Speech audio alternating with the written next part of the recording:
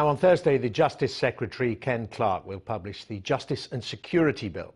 It's one of the most controversial laws announced in the Queen's speech, partly because of its provisions for so-called secret courts that would allow for some evidence, in some cases, to be heard in private. Well, in a moment, I'll be speaking to Mr. Clarke, but also watching the discussions today are our Twitter commentators. They're David Wooding, Associate Political Editor at The Sun, Jim Pickard, Political Correspondent of the Financial Times, and Paul Waugh, Editor of Politics Home. They provide their reactions on Twitter. You can read those on the side panels in HD, and you can follow on our website, skynews.com/politics, and join in as well, of course, on Twitter using the hashtag Murnaghan. Well, let's say a very good morning now to the Justice Secretary. Kenneth Clarke joins us from Nottingham. And Mr. Clarke, on the subject of secret courts, it's often said that one of the cornerstones of our freedoms are our open and accountable courts. Would you be proud to be the Lord Chancellor that brought in secret courts? No, certainly not in the way my critics are now describing it. When I announced what we're proposing last October, there was no fuss. Everybody agreed, particularly as I combined it with tighter parliamentary control of MI5 and MI6. No evidence that's given in open court at the moment is going to be given in secret under our proposals. What we're talking about is evidence that might be given by spies about their sources, their technologies, what they know, none of which is ever given in open court in any country in the world, including Britain. But sometimes it's absolutely key to the civil claim, the claim for damages, for example, being brought against the government. And what we've set out is arrangements whereby what are called closed proceedings can hear that part of the evidence, just as goes on now in some courts. So there'll be more evidence given. The security services will be more accountable. And I should be trying on Thursday to explain to my critics that I haven't given up my well-known liberal views. I do not think you should give up your freedom because you're frightened for your safety, but I actually think we'll have better justice if the judge is able to take into account all the evidence that's really relevant to claims brought by people such as the Guantanamo Bay detainees, whom we paid a lot of money to recently because we couldn't put the evidence up against them. But your own reviewer of terror laws, David Anderson, said he's seen nothing to persuade him that we need, in these certain circumstances, secret courts.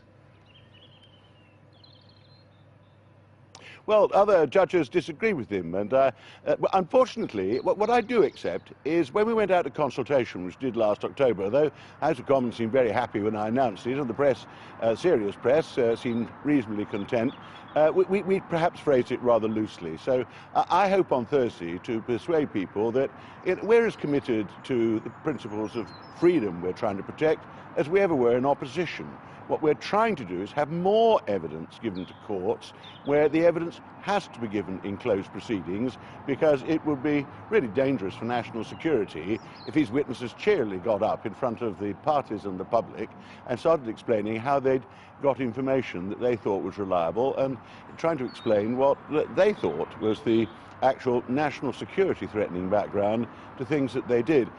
We'll then actually, as ordinary citizens, you and me, be able to discover what the judge thinks of the defence. At the moment, the people make allegations, the security service deny it, there's no evidence given at all, the public taxpayer pays millions of pounds worth of damages, and we never know what someone's judgment was of the result. I'd like to know whether the explanations will hold water when the judge is able to hear the relevant evidence. But crucial to all this is who defines that the evidence or the material is sensitive. We all know the tendency of the security services to more or less say, well, everything we've gathered, that's sensitive, that shouldn't be heard in open court. Who has oversight of this and makes sure that it really shouldn't be heard in open court? Well, that's pretty key. I quite agree, and I accept some of our critics were quite rightly rather sensitive about that. I mean, the minister's going to actually make the application. He's going to start it off, but there's a suspicion that ministers might sometimes say, could we have in closed hearings things that we might find rather embarrassing if it was given publicly. The final decision will be with the judge. Only the judge can decide whether it's sensible to say there's a serious risk to national security here. This evidence is really relevant to these proceedings. I need to hear this before I can really form a proper view on the merits, and the judge will have the last say. That I hope will be an important reassurance to my critics. I'm surprised by some of my critics. I mean, the liberal critics are people I always agree with, and I share their views of the importance of the rule of law. The Daily Mail I've been attacked at before, but not in this way. I think the Daily Mail did a bit of a service, actually, because if you look at the Green Paper, it could be allowing ministers and officials to start putting a lot of things in secret.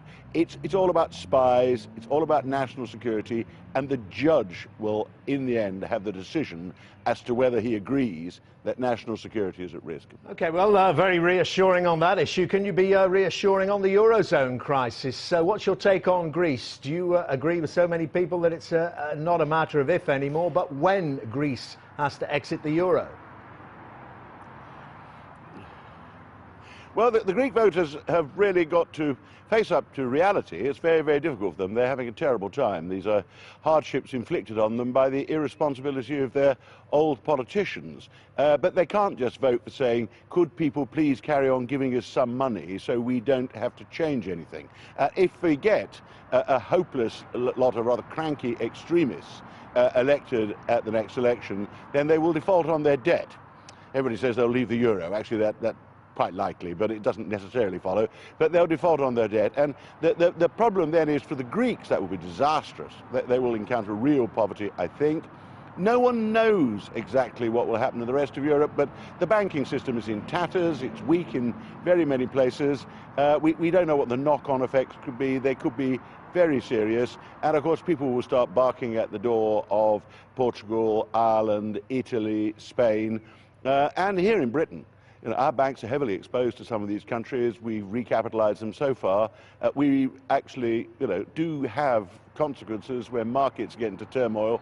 So I obviously hope the Greeks will vote responsibly, and I hope that we can avoid turmoil. It's the unknown that everybody fears, and once the markets fear the unknown, you get into terrible turmoil. Well, it doesn't look like that at the moment, does it, the way the Greeks will vote? I mean, we can't second guess that. But, I mean, you mentioned Spain, and there's already the beginnings, it seems, in places of a run on some of the Spanish banks. In those circumstances, should Britain put more money into an IMF fund that might have to shore them up? Well, Britain's got to be part of the international effort, and we've always been supporters of the IMF. Utterly ludicrous if the British did not take part with the Japanese, Chinese, other major economic powers in actually using the IMF for what we've always said it's for, which is supporting these things. The IMF exists to enable the nations of the world to act together to avoid economic consequences, whether the problems are coming from the Eurozone or wherever. When we've had irresponsible governments in the past, we've gone to the IMF, and on this occasion we must contribute in line with other major powers. It's a pity the Americans are so paralyzed by their pre-election arguments that they're not able to contribute, but all the more reason for the British, the Brazilians, the Chinese, others to be persuaded to put in, because it's quite essential. The idea that we all watch each other go down is wrong. And also I'm very glad we're intervening in Europe and giving our voice, because we are a European country and we're dependent on the European economy. There's a silly argument going on about, are we in favour of growth or are we in favour of austerity? You need both. If there's any politician in Europe who's in favour of growth, he's an idiot. We've been in favour of growth ever since we got in. Has to be combined with fiscal discipline, so you can't do what Ed Balls describes and say that a policy for growth involves borrowing more money. That is absolutely ludicrous. But sensible policies for growth, like completing the single market, reforming the labour markets, rebalancing the European economy, having some structural reforms, we've got to join in with the Germans, with the French, with the other sensible politicians, with the very good Prime Minister of Italy, in arguing for a combination of the two, as we have been, actually, for the last 12 months. Well, you mentioned Ed Balls there, the Shadow Chancellor, and he's joined forces with Peter Mandelson, suggesting that Labour might, at some point, countenance a referendum again on our membership of the European Union. You've heard that from your own backbenches for so many years. Do you think, given what's going on there, now might be the time to consider that? I can't think of anything more irrelevant to the present situation, actually, nor personally can I think of anything more disastrous than the British leaving the European Union and deciding now is the moment to take up splendid isolation alongside Iceland and others. I don't think that is, it's got very little to do with the present crisis. I mean, the Labour Party is led by Ed Miliband, Ed Balls. This is Gordon Brown's old private office. This is his fan club. They were as irresponsible as the Greeks have been when they were in office. All the rules, the single currency and the European Union was meant to have about fiscal discipline were broken by Gordon Brown as much as they were broken by the Greeks. So the advice of Ed, and shouldn't we just borrow a little more money? And meanwhile, because I see there are some Tory backbenchers on the nationalist right still demanding a referendum on EU, shouldn't the Labour Party join in to embarrass the government, I think is just one of those things we have to put up with. Fortunately, our irresponsible politicians are firmly in opposition and remaining there. Britain has probably got more confidence in its economic management in the markets of the world than practically any other Western power. But we've got years, actually, of quite heavy lifting to do before we get back to normality here. And can I just ask you, finally, Justice Secretary, how hard is the government working on this crisis? We're told you're straining every sinew, yet we hear that the Prime Minister likes a bit of downtime, no harm in that, but is he overdoing it a bit with his video games, his odd glass of wine and his tennis machine? Well, I mean, you have to have a little light relief in politics, and that's light relief. And actually, everybody has to have some time on their own. I can assure you, I'm obviously a bit of an anorak myself. I've been doing it for so long, taking up the life of a minister when the opportunity has afforded it. It is an absolute grindstone. I mean, I don't want to stand here on behalf of the trade union of ministers of the United Kingdom and the Western world, but you have to be a workaholic to do it. And particularly if you're Prime Minister and you cover the whole scene, you really have to put the work in.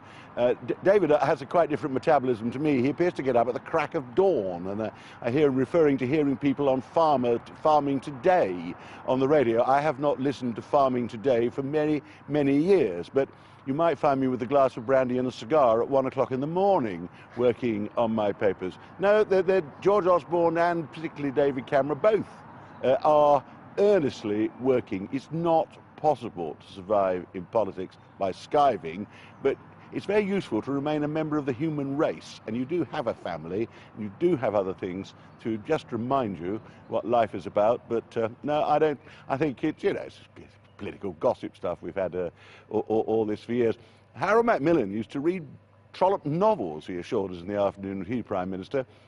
Modern government's more demanding than that, and David Cameron's doing a more than full-time job. OK, Secretary of State, thank you very much indeed, Justice Secretary, Lord Chancellor. Ken Clarke there. Pleasure.